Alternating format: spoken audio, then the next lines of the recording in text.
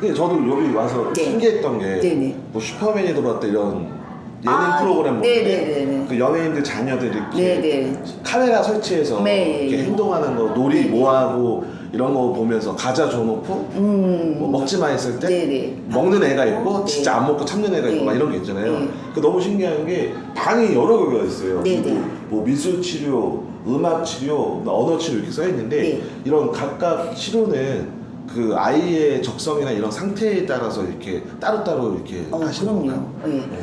특히 요즘에는 어머님들이 언어에 대해서 많이 관심 많으세요. 언어요? 예, 말도 잘하고 또래보다 조금 느리면 우리 아이 문제인 것 같아요 라고 이제는 오시거든요. 그러면 진짜 언어가 필요한 친구들한테는 정말 그야 말 그대로 언어 치료가 들어가서 이제는 바로 아예 말 자체를 안 하는 친구들도 있고요. 그 다음에 유창성이라고 해서 말을 더듬는 친구들도 있고요. 근데 그런 상황을 보면은 대부분의 물론 유전적인 요소가 있는 아이도 있고 근데 전혀 그렇지 않은 아이도 많거든요. 그럴 때는 보면은 저희 부모를 보거든요, 사실은. 근데 부모님이 되게 급하세요. 그러니까 이 아이는 성향이 느린 아이고 부모님이 급하다 보니까 먼저 어머님이 말해버리고 다 해주시니까 얘는 말할 기회가 없었던 거예요. 그럴 경우에 안 되는 경우도 있어서 예, 경우에 따라서 언어 치료 들어가고 미술 치료 들어가고 하죠. 대표님 여기 미술 치료 같은 경우에는 뭐 어떻게 해서 어떻게 뭐 이렇게 미술 치료는 정말 그야말로 미술 치료를 전공하신 선생님들이 오셔가지고 네. 그림을 통해서 우리 아이들이 검사 뒤에 많이 하잖아요. 심리 검사. 네. 그러면 어른들이 오셔서 우리는 글을 알기 때문에 검사 체크를 해요. 근데 아이들은 잘 몰라 심리를 말 안 하거든요. 그러면 그림을 통해서 그림을 통해서 이 아이의 속마음도 볼 수 있고 가족화도 그릴 수 있거든요. 그러면 엄마에 대한 생각, 아이에 대한 생각, 아니면 유치원에서 생활 그런 걸 통해서 작업들이 들어가요. 그러면 이 아이가 뭐 스트레스가 있고 뭐에 불만이 있고 알 수 있거든요. 그런 거를 부모님께 말씀드리면 놀라시죠. 이제. 그렇게 수업 들어가서 정서적으로 안정되어 있게끔 만들어 가고 있죠. 재밌겠네요. 이게. 재밌어 하기도 하고요. 대신에 그래서 저희가 그 기재 검사하는 이유가 성향이 미술 쪽이 좋아하는 아이들은 재밌어 하는데 성향이 반대인 아이들이 이런 거 싫어해요. 그러면 다른 수업을 들어가기도 하지요. 그래서 거기에 맞게끔 하는 게 가장 효과성이 좋은 것 같아요. 저는 그렇게 하고 있어요.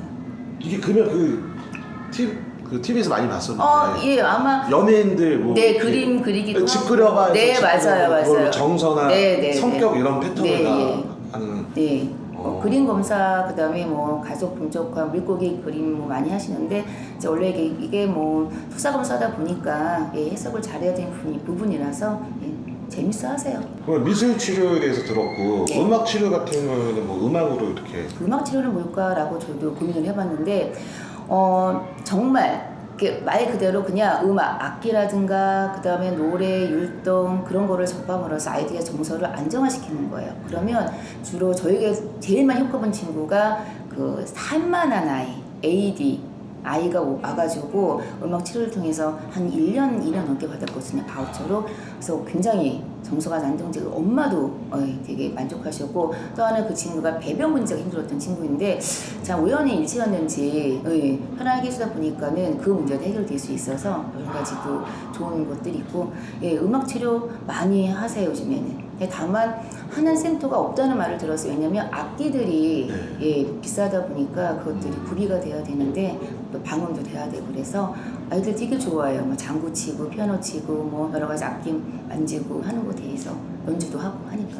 뭐 그림 그리는 거를 보고서 봐가지고 이 아이의 정서 상태나 네네네. 뭐 이런 걸 알 수 있듯이 이런 악기를 다루는 그걸 보고도 알 수가 있는 거예요. 그거는 음악 치료 선생님이 하시는 부분인데 저희 같은 경우는 이제는 악기를 다루면서도 이제 손에 감각이 있는지 그다음에 얘가 뭘 만질 때 적극성이 있는지 소극성이 있는지 그런 것도 볼 수 있고요. 그걸 음악 치료하면서 선생님들 다 얘기를 나누거든요 아이들하고. 그러다 보면 말하지 않았던 것도 선생님과의 라포 신뢰가 형성이 되면 있는 얘기 없는 얘기 다 해요. 그러다 보면 거기에서 우리가 또 끄집어내서 부모님한테 상담을 하고 그래서 보면은 또 효과가 좋은 경우도 있고 그래서 되게 재밌어요 어린 아이들. 어르신들도 가끔 오시면은 이런 악기가 있었나 하시면서 되게 좋아하시기도 하세요. 이게 어린 나이에 이렇게 모든 게 좀 많이 잡히잖아요. 네, 그렇죠. 그 정말 좀 중요하긴 하겠네요. 애가 네. 막 불안해하고 뭔가 예. 문제가 있으면 네. 커서도 계속 성장하는 과정에서 좀 많이 그럼요. 문제가 많을 것 같은데. 저희가 대부분 하는 이런 치료 수업 사업들이 네. 어머니도 오시는 분들이 장애인 물론 있고요. 네. 그다음에 정서가 불안한 게 많아요. 근데 사실은 타고 올라가다 보면 부모님이거든요. 근데 뭔가죠. 부모님도 내가 잘할 때 사랑받지 못했던 거 아니면 사랑받지 못했고 또 해본 적이 없기 때문에 그것을 잘 몰라서 양육 방식을 몰라서 아이한테 좀 뭐 강압적으로 통제하듯이 하다 보니까 아이들의 이제 불안하고 그런 증상들이 오는데 그것 또한 이제 부모님을 이제 교육시키고 코칭하다 보면 변화하세요 이제. 그러면 아이가 어떤 수업을 따로 받지 않아도 부모님이 편안했으면 아이가 편안해지듯이 아이들이 변화하는 것 같아요. 그래서 감사한 일이죠. 그런 거 보면. 그러니까 이게 굳이 꼭 무슨 뭐 문제가 있고 이런 게 아니라 일반 보통 아이들도 요즘에 많이 좀 폭력적이고 많죠. 부모한테 대들고 이런 애들 많죠. 많잖아요. 네네네. 조금 한 5살, 7살인데도 막 땡깡 부리고. 예, 많죠.